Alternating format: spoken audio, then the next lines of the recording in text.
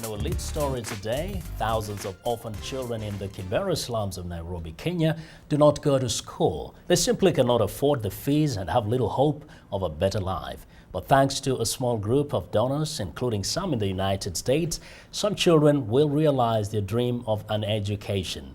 Here is their story.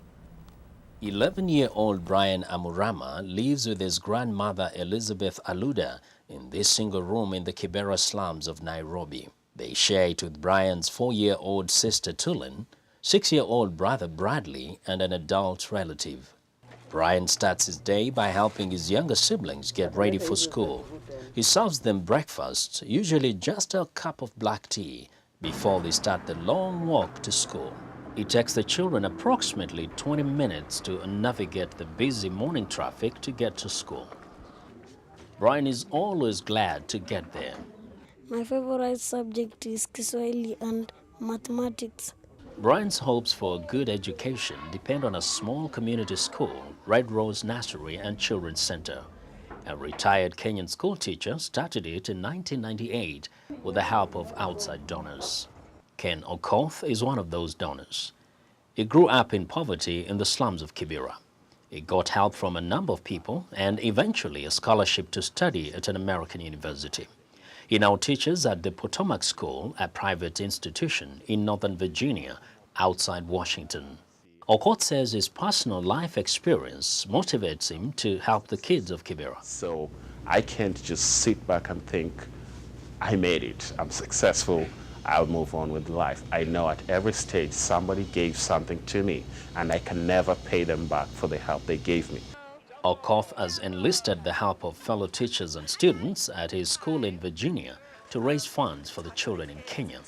Some of the teachers and students visited Red Rose School late last year to deliver educational materials, including laptops and books.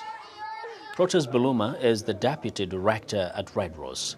He says the school is like a drop in the ocean, but it's giving hope to these children. We cater for the needs of the orphaned children in the slums who have nobody to take care of them.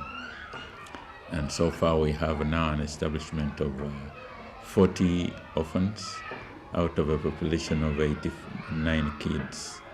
Brian's parents died in 2004. That's when he and his little brother and sister went to live with their grandmother.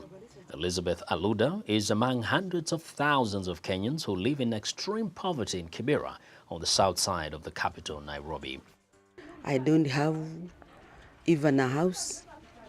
This is my house, this is my place. Despite their circumstances, these children have reason for hope. They find it every time they step inside their little school. They are enthusiastic and eager to learn through the various teaching methods the teachers have developed at Red Rose School. They get more than reading and writing there. Here again is Protes Buluma. Where they would have lacked education, they now receive it here. Where they would have lacked nutrition, they get it here. Where they would have lacked love and hope, they are now getting it here. Okoth says the efforts of this school will change the future of these children. Being poor is just a circumstance where you start in life, but it's not your destiny, and it can't change. Vincent Makori, VOA News.